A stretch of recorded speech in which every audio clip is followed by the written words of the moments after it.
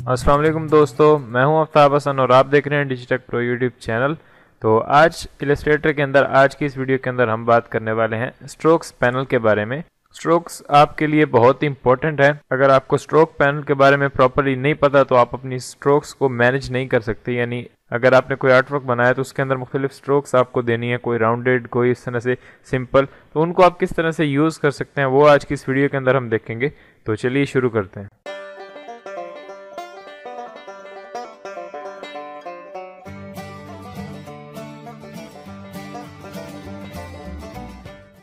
तो यहाँ पे आप देख सकते हैं मेरे पास इलस्ट्रेटर ओपन हो चुका है और सबसे पहले हम स्ट्रोक्स के पैनल को ओपन कर लेते हैं। जैसे कि मैं यहाँ पे अगर ये मेरे टूल बार के अंदर यहाँ पे आके मैं रेक्टेंगल टूल लेता हूँ यहाँ से, और उसके बाद मैं आके यहाँ पे सिंपली एक रेक्टेंगल ड्रॉ कर देता हूँ इस तरह से, या मैं स्क्वायर ड्रॉ कर देता हूँ इस तरह से। और यहाँ पे अगर आप देखें तो मेरे पास फिल है लेकिन स्ट्रोक नहीं है, तो मैं इसको स्वैप कर देता हूँ स्ट्रोक में। और अभी आप देख सकते हैं ये मेरी स्ट्रोक है, इसके अंदर कोई भी फिल नहीं है, यानी इसमें फिल कलर नहीं है, सिर्फ स्ट्रोक है। ऊपर प्रॉपर्टी पैनल के अंदर आके और यहाँ से मैं स्ट्रोक का वेट थोड़ा बढ़ा देता हूँ। जैसे कि मैं यहाँ पे इसको इंक्रीज़ करना, इसके ऊपर मैं माउस रख के और सिर्फ सिंपली अपने स्क्रॉल व्हील को ऊपर करूँगा तो मेरी स्ट्रोक इंक्रीज़ होगी। तो अभी आप देख सकते हैं यहाँ पे बहुत ही मोटी सी मैंने एक स्ट्रोक लगा दी। अब इसको मैनेज करना हो मुझे, इसको थोड़ा राउंड करना, जैसे ये राउंड मैंने किया है तो इस तरह से राउंड हो रहा है। इस तरह से मुझे मुख्तलिफ डैश लाइंस ऐड करनी हो अपनी स्ट्रोक के अंदर, कुछ स्पेस वगैरह देनी हो, तो वो मैं किस तरह से दे सकता हूँ, उसके लिए आपको स्ट्रोक पैनल की ज़रूरत पड़ती है, जो कि बहुत ही इंपॉर्टेंट है।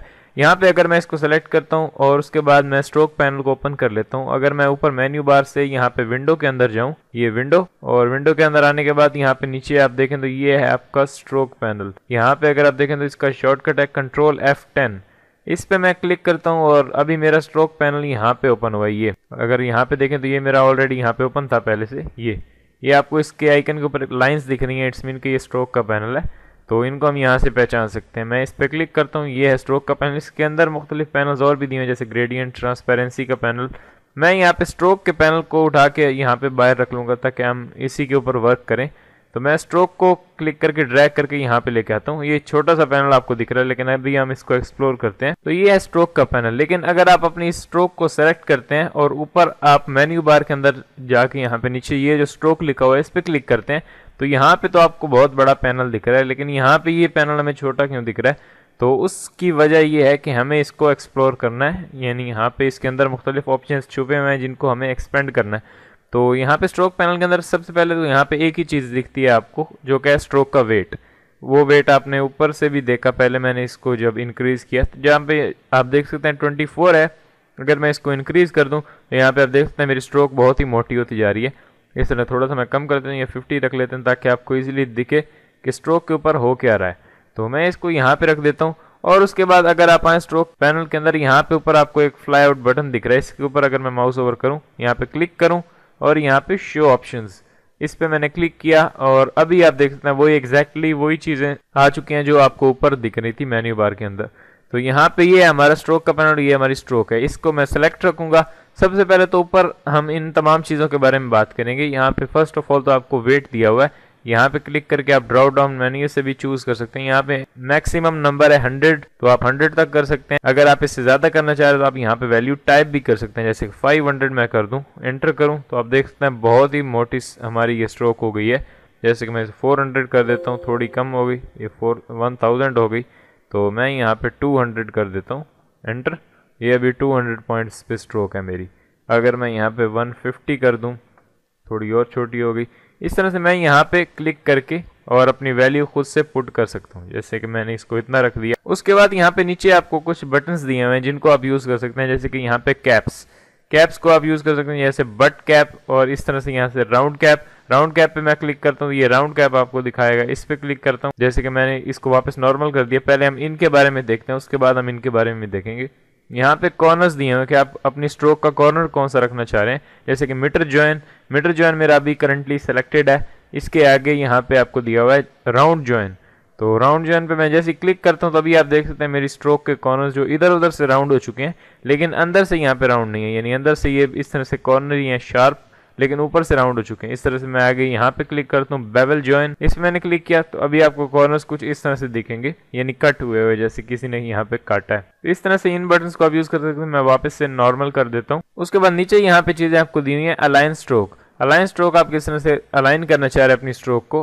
अभी मेरा जो करंटली सेलेक्टेड है वो है अलाइन स्ट्रोक टू सेंटर, यानी सेंटर से इस तरफ और सेंटर से इस तरफ मेरी स्ट्रोक जो है वो बढ़ेगी। यानी आप देख सकते हैं ये है मेरी असल पाथ जिसको मैंने क्रिएट किया था, यानी रेक्टेंगल टूल लेके।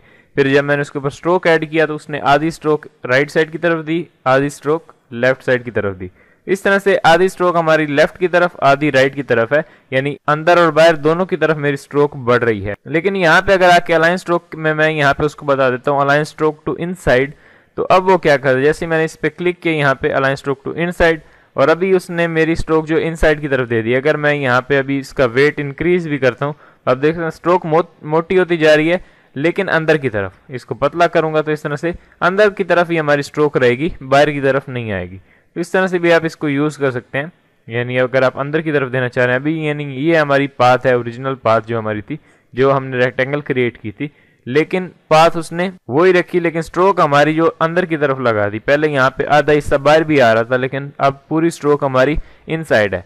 तो इस तरह से यहाँ पे आपको और ऑप्शन दिया हुआ है, जैसे कि इसको थोड़ा सा मैं उठा के यहाँ कर दूं, इस यहाँ पे जो आपको ऑप्शन दिया हुआ अलाइन स्ट्रोक टू आउटसाइड, इस पे अगर मैं क्लिक करता हूँ, जैसे अलाइन स्ट्रोक टू आउटसाइड, अभी आउटसाइड की तरफ स्ट्रोक हमारा उसने दे दी है, यानी अब अंदर की तरफ नहीं है, ऊपर की तरफ है। अगर मैं यहाँ से इसका वेट बढ़ाता हूँ, जैसे वेट बढ़ाया तो अभी बाहर की तरफ हो रहा है। अगर मैं यहाँ से इनसाइड कर दूं, अभी वेट बढ़ाऊंगा तो अंदर की तरफ होगा।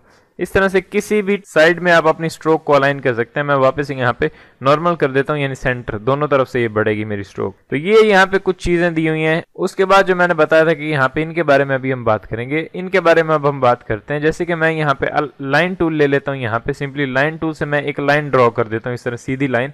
बिल्कुल अब जैसे मैंने सीधी लाइन ड्रॉ की, तो अभी आप देख सकते हैं किस तरह से ये बिल्कुल एक स्ट्रेट लाइन है। अगर इसको डीसेलेक्ट करूं तो एक आपको छोटी सी रेक्टेंगल दिख रही है, इसको सेलेक्ट किया, और अभी यहाँ पे ऊपर जो 3 ऑप्शंस दिख रहे हैं वो इसके बारे में हैं। यानी इस सिंपल लाइन को आप उससे एडजस्ट कर सकते हैं। जैसे कि मैं यहाँ पे सेकंड राउंड कैप पे क्लिक करता हूँ, जैसे मैंने इस पे क्लिक किया, अभी आप देख सकते हैं मेरी लाइन जो है वो इधर उधर से राइट एंड लेफ्ट से राउंड हो रही है। यानी पहले ये सिंपल थी, जैसे ये दिखाऊं आपको, ये बिल्कुल सिंपल है, और ये देखें ये राउंड है। इस तरह से ये सिंपल और ये राउंड, इस तरह से ये सिंपल, ये राउंड, इस तरह से आप इसको यूज कर सकते हैं। नेक्स्ट जो हमारे पास यहाँ पे बटन दिया हुआ है वो है प्रोजेक्टिंग कैप। इसमें मैं जैसे ही क्लिक करता हूँ तो अभी आप देख सकते हैं वो हमें नॉर्मली दिख रहा है। इसको ले लें या इसको ले लें, इसको लेंगे तो इस तरह से आपको दिखेगा, यानी जहाँ पे हमारी पाथ क्लोज हो रही है वहीं तक हमारी स्ट्रोक का कलर आएगा।